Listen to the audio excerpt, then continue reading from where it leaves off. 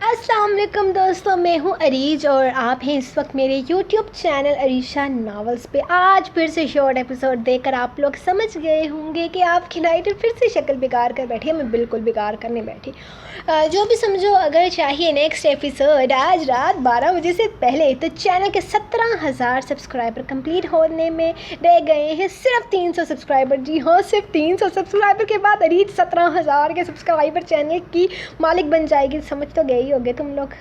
جلدی سے سبسکرائب کرو۔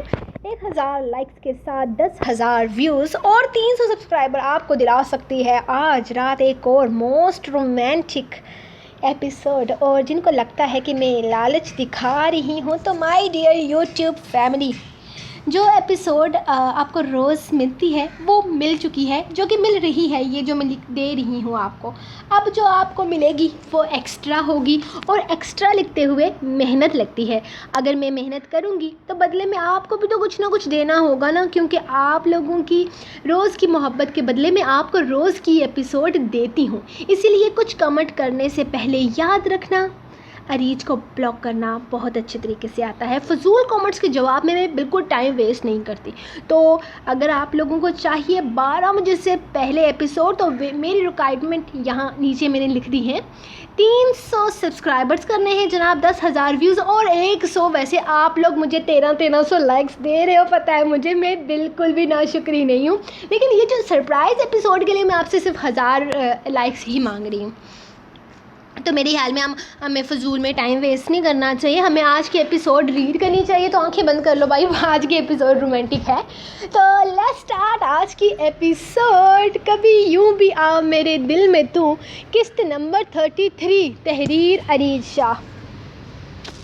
اسے اپنی نازک سی کمر پر اس کے مضبوط کسرتی بازو کا حصار محسوس ہوا تو اس کی گھبراہٹ میں 100 گنا اضافہ ہو گیا۔ وہ تو سو رہا تھا، اچانک جاگ کیسے گیا؟ اس نے گھبرا کر پیچھے مڑ کر دیکھا تو وہ بہت شرارتی انداز میں مسکراتا ہوا اسی کو دیکھ رہا تھا، جبکہ اس کی یہ مسکراہٹ اس کو شرم سے نظر تک نہیں اٹھانے دے پا رہی تھی۔ تاشفین، اس نے گھبرائے ہوئے لہجے میں اس کا نام پکارا تھا، اور وہ تو جیسے اس کی پکار پر اپنا دل ہتھیلی میں لیے ہوئے تھا۔ بولو تاشفین کی جان، وہ اسے اپنی باہوں میں مزید قید کرتا ہوا دلنشیں انداز میں بولتا، اس کی کمر پر اپنا بے باک لبوں کا لمس چھوڑنے لگا، اور اس کا یہ لمس تناوش کی جان ہلکان کرنے کے لیے کافی تھا۔ ناشتہ بنانا ہے، اس نے کانپتے لہجے میں اس سے دور ہونے کے لیے اس کے بازو پر اپنا ہاتھ رکھ کر اس کے بازوؤں کے حصار سے نکلنے کی کوشش کی۔ میں اس وقت کچھ بھی کھانے کے موڈ میں نہیں ہوں، بلکہ اس وقت میرا موڈ کچھ اور کرنے کا ہے، اور تم میرا موڈ سمجھ جاؤ، تبھی تمہارے حق میں بہتر رہے گا۔ اس کا لہجہ دھمکی دیتا تھا، جبکہ اس کے بے باک لب اب تک اس کی کمر پر بے لگام گردش کر رہے تھے۔ جان پلیز، اس کے انداز میں تناوش جیسی ہی بے بسی تھی۔ وہ اس سے دور جانے کے لیے پر تول رہی تھی، جبکہ وہ اس کے پاس آنے کے لیے ہر حد پار کر جانا چاہتا تھا۔ آج کوئی بہانہ مت بناؤ، تم نہیں جانتی یہ رات میں نے کتنی تڑپ تڑپ کر گزاری ہے تمہارے بنا۔ یہ لمحے قیامت تھے۔ اگر آج سوال میرے فیوچر کا، میرے کریئر کا نہ ہوتا، تو شاید کل رات تمہیں چھوڑ کر جانے کی غلطی میں کبھی بھی نہیں کرتا۔ میری باس رات سے کافی بیمار تھی، جس کی وجہ سے مجھے جانا پڑا، اور اس کی وجہ سے میں جلدی واپس نہیں آ سکا۔ لیکن یقین مانو، میری ہر دھڑکن تمہارا نام لے رہی تھی، میرے لب تمہارے لبوں کو چھونے کو بے چین تھے، اور اب میں یہ بے چینی مٹا کر ہی یہاں سے جاؤں گا، اور تم بھی کہیں نہیں جا سکتی۔ وہ آہستہ سے اسے اپنے بیڈ پر لیٹاتے ہوئے اپنے کل رات دیر سے آنے کی وجہ بتانے لگا۔ اس نے کبھی کسی کے سامنے صفائی پیش نہیں کی تھی، لیکن جیسے اسے کچھ بتانا بہت ضروری سمجھتا تھا۔ میں جانتا ہوں تم مجھ سے ناراض نہیں ہوگی، وہ اس کے لبوں پر جھکتے ہوئے اس کے چہرے کو جا بجا چومنے لگا، جبکہ تناوش اس کے حصار میں پڑی اس کے لبوں کا لمس محسوس کرتی اپنی دھڑکنیں گننے میں مصروف ہو گئی۔ اس نے کمرے میں قدم رکھا تو کمرے میں اندھیرا تھا۔ اس کے کمرے میں اتنا اندھیرا تو کبھی بھی نہیں ہوتا تھا۔ ہاتھ بڑھا کر اس نے لائٹ آن کی۔ سب سے پہلی نظر اپنے بیڈ پر اس کے بے ترتیب حلیے پر گئی تھی۔ اس لڑکی کو سونے تک کی تمیز نہیں ہے۔ وہ اپنے بیڈ پر اس کے بے ترتیب وجود کو گھورتے ہوئے اس کے قریب آیا اور ایک لمحے میں وہ بلینکٹ کھول کر اس کے اوپر پھینکنے والے انداز میں ڈالتا واش روم میں گھس گیا۔ فریش ہو کر باہر نکلا تو وہ اب تک بلینکٹ کو پوری طرح اپنی باہوں میں قید کیے سو رہی تھی۔ وہ نفی میں سر ہلاتا کمرے سے نکل گیا تھا اور ساتھ دروازہ بند کر دیا تھا۔ ویسے بھی اس کی اجازت کے بنا سوائے چھوٹو کے کمرے میں کوئی نہیں آ سکتا تھا، لیکن پھر بھی اس نے دروازے کو باہر سے ٹھیک سے بند کر دیا تھا تاکہ کمرے میں کوئی بھی نہ آ سکے، کیونکہ وہ اپنی بیوی کے اس بے ترتیب حلیے پر ہر کسی کی نظر نہیں پڑنے دینا چاہتا تھا۔ اس کا پور اس کے بے پناہ حسین سراپے میں مدہوش تھا۔ وہ کبھی اس کے گالوں کو، کبھی لبوں کو، کبھی گردن کو چومتا اپنے لبوں کو سیراب کر رہا تھا۔ اس کے انداز میں انتہائی شدت تھی، وہ جیسے ہر حد پار کر جانا چاہتا تھا۔ اس کی دیوانگی عروج پر تھی۔ اس کے کندھے سے نائٹی کی سٹریپ ہٹاتے ہوئے وہ اپنے بوسوں کی بوچھار کرنے لگا۔ جب دروازے پر زوردار دستک ہوئی، اپنے موبائل پر کب سے آنے والی کال کو وہ پوری طرح سے نظر انداز کیے اس کے حسین وجود میں کھویا ہوا تھا، لیکن شاید ان دونوں کے ملن میں بہت رکاوٹیں تھیں۔ اس نے غصے سے دروازے کی طرف دیکھا، جیسے اس دروازے سے اس مین دروازے کے باہر کھڑا شخص اسے نظر آ جائے گا۔ اس کا غصے سے گھورنا لمحے کے لیے اس کی سانسیں آزاد کر گیا۔ وہ گہرا سانس لیتی اسے اپنے اوپر سے ہٹا رہی تھی، لیکن اس کا نازک سا ہاتھ اس کے ہاتھوں میں قید تھا۔ جو بھی ہوا اسے جان سے مار ڈالوں گا۔ تیسری دفعہ زوردار دستک پر اس نے غرانے والے انداز میں کہہ کر اسے دیکھا، جو اس کی شدتوں کو سہتی سرخ ہو چکی تھی۔ آتا ہوں میں، یہیں سے کنٹینیو کریں گے۔ وہ شرٹ پہننے کی زحمت کیے بنا باہر نکلا تھا، ارادہ تو دستک دینے والے کو چیر پھاڑ کر رکھ دینے کا تھا۔ کھانا لگ گیا ہے، آ کر کھا لو سارے۔ وہ ٹی وی لاؤنج میں آ کر بیٹھا، جہاں اس کے دونوں بھائی پڑھائی میں مصروف تھے۔ وہ جانتا تھا وہ پڑھائی کم کر رہے ہیں، ان کا دھیان ٹی وی پر زیادہ ہے، لیکن اسے دیکھتے ہی دونوں نے ٹی وی بند کر دیا تھا اور اب پورا دھیان پڑھائی پر لگانے لگے۔ اس کے چہرے پر ہلکی سی مسکراہٹ آئی، جسے چھپا کر وہ ان دونوں کے سائیڈ پر رکھے صوفے پر بیٹھ کر ان کی کتابیں دیکھنے لگا جب اماں کی آواز سنائی دی۔ میں مائرہ کو بلا کر لاتا ہوں، اس نے بلند آواز میں اپنی شرارتی مسکراہٹ چھپا کر اپنی ماں کو سنایا تھا۔ چھوٹو اسے بتا دے کہ اس کی بیوی کھانا کھا چکی ہے۔ اماں نے بھرپور ناراضگی کا مظاہرہ کیا تھا۔ اسے الگ کیوں دیا اماں؟ اس نے مایوس ہو کر اپنی ماں کو دیکھا تھا۔ چھوٹو اسے بتا دے کیونکہ بچی ابھی گھبرائی ہوئی ہے، سب گھر والوں کے ساتھ بیٹھ کر ٹھیک سے کھانا نہیں کھا سکے گی، اسی لیے چھوٹو کے مدرسے سے آتے ہی اسے کھانا دے دیا تھا۔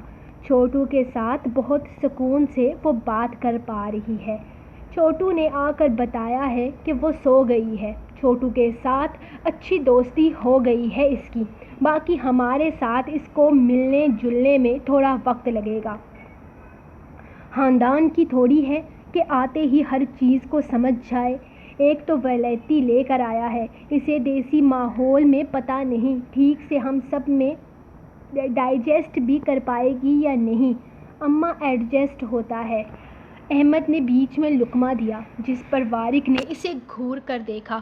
تو مجھے زیادہ انگریزی کی پٹیاں نہ پڑھایا کر، بہتر سمجھتی ہوں کیا ہوتا ہے اور کیا نہیں، اپنا کام کر۔ اور چھوٹو اپنے بھائی کو بتا دینا کہ آج بھی اس کی استانی اسکول سے فون کر کے شکایت لگا رہی تھی کہ انگلش کا ایک لفظ بھی نہیں آتا اور آیا ہے اماں کی غلطیاں نکالنے کے لیے۔ وہ احمد کو کوستی کچن کی طرف چلی گئی تھی، جبکہ اس کی استانی والی شکایت پر وارق نے اسے گھور کر دیکھا تھا، جس پر وہ شرمندہ ہوتا انگلش کی کتاب اٹھا کر رٹے مارنے لگا۔ اٹھ کر کھانا کھا لے۔ پراکو بیٹا، پھر آ کر دیکھتا ہوں، کل اتوار ہے نا، تو کل تیرا ٹیسٹ لوں گا انگلش کا، پھر تیرا علاج کرتا ہوں۔ برا آیا اماں کی غلطی نکالنے والا، وہ اس سے کہتا اماں کے پیچھے ہی کمرے سے نکل گیا تھا، جبکہ احمد کا کھانا اب گلے میں ہی اٹکنے لگا، کیونکہ وہ اسے چھوڑنے والا نہیں تھا۔ کیا تکلیف ہے؟ کوئی مر گیا ہے کیا جو یہاں بھاگ آئے ہو؟ اس نے دروازہ کھولا تو سامنے روز کا ڈرائیور کھڑا نظر آیا۔ وہ کافی گھبرایا ہوا تھا، جبکہ اس کا غصے سے برا حال تھا۔ سر، میڈم نے خودکشی کرنے کی کوشش کی ہے، انہوں نے اپنے ہاتھ کی نس کاٹ لی ہے، ان کی جان خطرے میں ہے۔ اس حالت میں وہ مسلسل آپ کا نام لے رہی ہیں۔ ڈاکٹر نے کہا ہے کہ جلدی سے جلدی آپ کو وہاں لے جایا جائے، کیونکہ میڈم علاج کے لیے کوآپریٹ نہیں کر رہی۔ سر پلیز چلیں، میڈم کی جان جا سکتی ہے، وہ منت بھرے لہجے میں بولا، جبکہ اس کی بات نے اسے بھی اچھا خاصا پریشان کر دیا تھا۔ ایسا کیا ہو گیا کہ روز نے خودکشی کرنے کی کوشش کی؟ وہ کسی بات کے لیے رات کو کافی ٹینشن میں تھی، اسے بخار بھی ہو گیا تھا، لیکن وہ خودکشی کرنے جیسا عمل کرے گی، یہ اس کے لیے کافی حیران کن بات تھی۔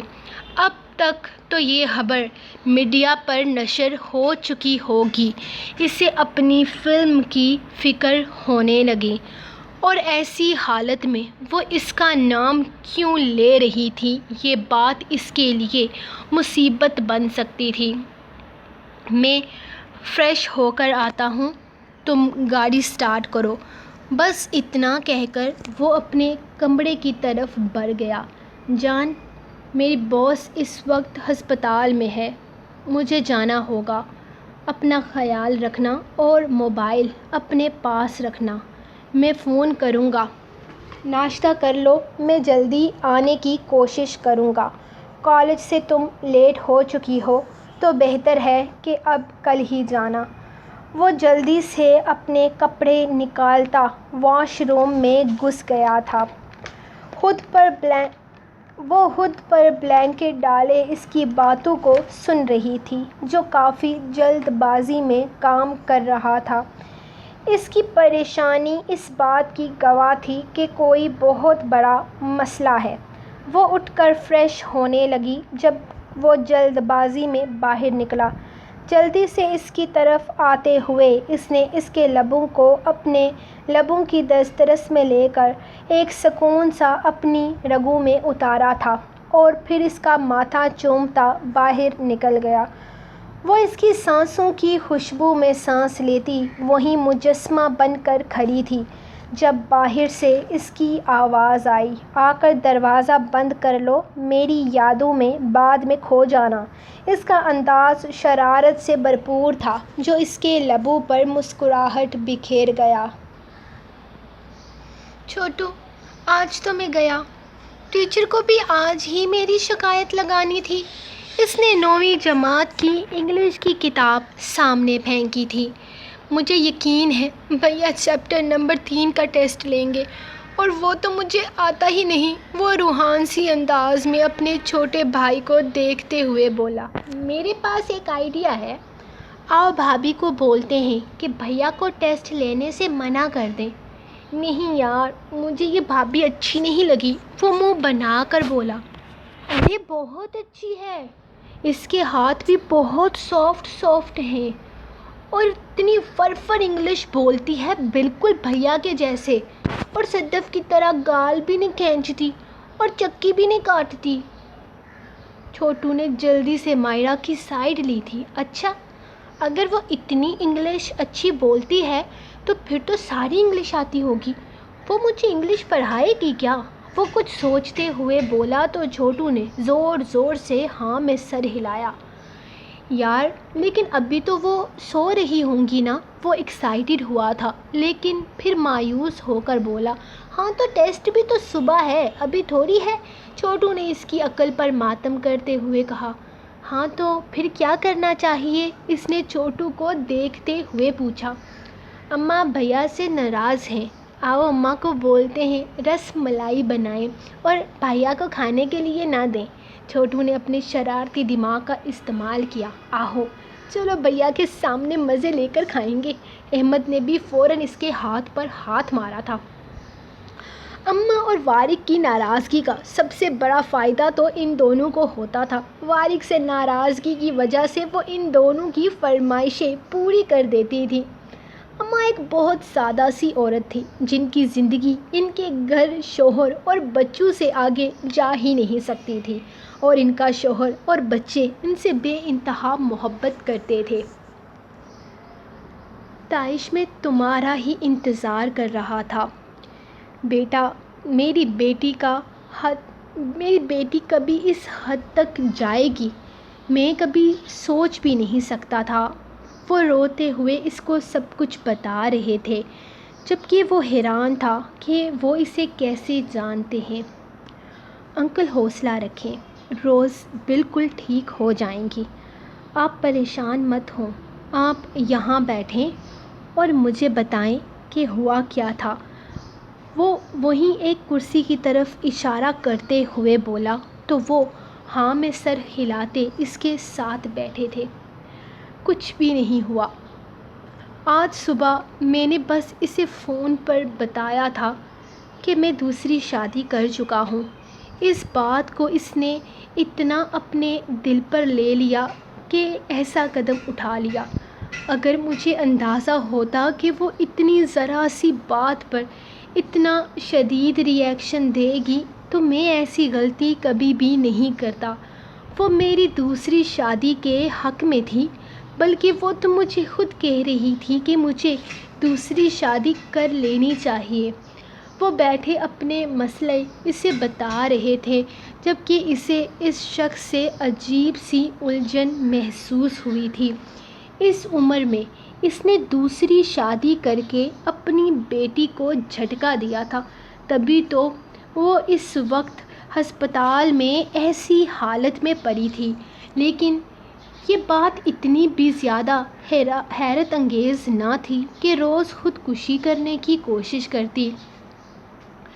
سر میرے خیال میں آپ کی دوسری شادی کا سن کر انہیں شاک لگا ہے، اسی لیے انہوں نے یہ قدم اٹھایا ہے۔ آپ کو شادی کرنے سے پہلے ایک دفعہ انہیں بتانا چاہیے تھا یا اچانک اس طرح کا قدم نہیں اٹھانا چاہیے تھا۔ وہ اس وقت کتنی بری کنڈیشن میں ہے، آپ کو اتنا تو اندازہ ہو ہی گیا ہوگا۔ آپ کی دوسری شادی سے وہ کس طرح سے ری ایکٹ کر سکتی ہیں؟ باپ سے بہتر اپنے بچوں کو کون سمجھ سکتا ہے؟ خیر، آپ پریشان مت ہوں، سب ٹھیک ہو جائے گا۔ اس کا دل تو چاہا کہ وہ اس کے باپ کو کھڑی کھڑی سنا دے، جو اتنے بڑے کارنامے کے بعد اس سے اپنی غلطی پوچھ رہا تھا۔ پھر یہ سوچ کر چپ ہو گیا کہ اس کا کوئی حق نہیں بنتا کسی کی ذاتی معاملات میں انٹرفیئر کرنے کا۔ تم ٹھیک کہہ رہے ہو بیٹا، مجھے خود ہی یہ قدم اٹھانے سے پہلے اس کی مینٹل کنڈیشن کے بارے میں سوچنا چاہیے تھا۔ اگر میں نے یہ قدم اٹھا بھی لیا تو اسے اتنی جلدی یہ نہیں بتانا چاہیے تھا کہ میں نے اس کی خالہ کی بیٹی سے شادی کر لی ہے۔ وہ بہت بے سکون ہے، وہ بہت سکون میں تھے، اسے جھٹکا دے چکے تھے، جبکہ وہ حیرانگی سے اس آدمی کو دیکھنے لگا جس کے چہرے پر کسی طرح کا کوئی پچھتاوا نہیں تھا۔ اب وہ اسے کیا کہہ سکتا تھا؟ خاموشی سے ایک سائیڈ ہو کر بیٹھ گیا۔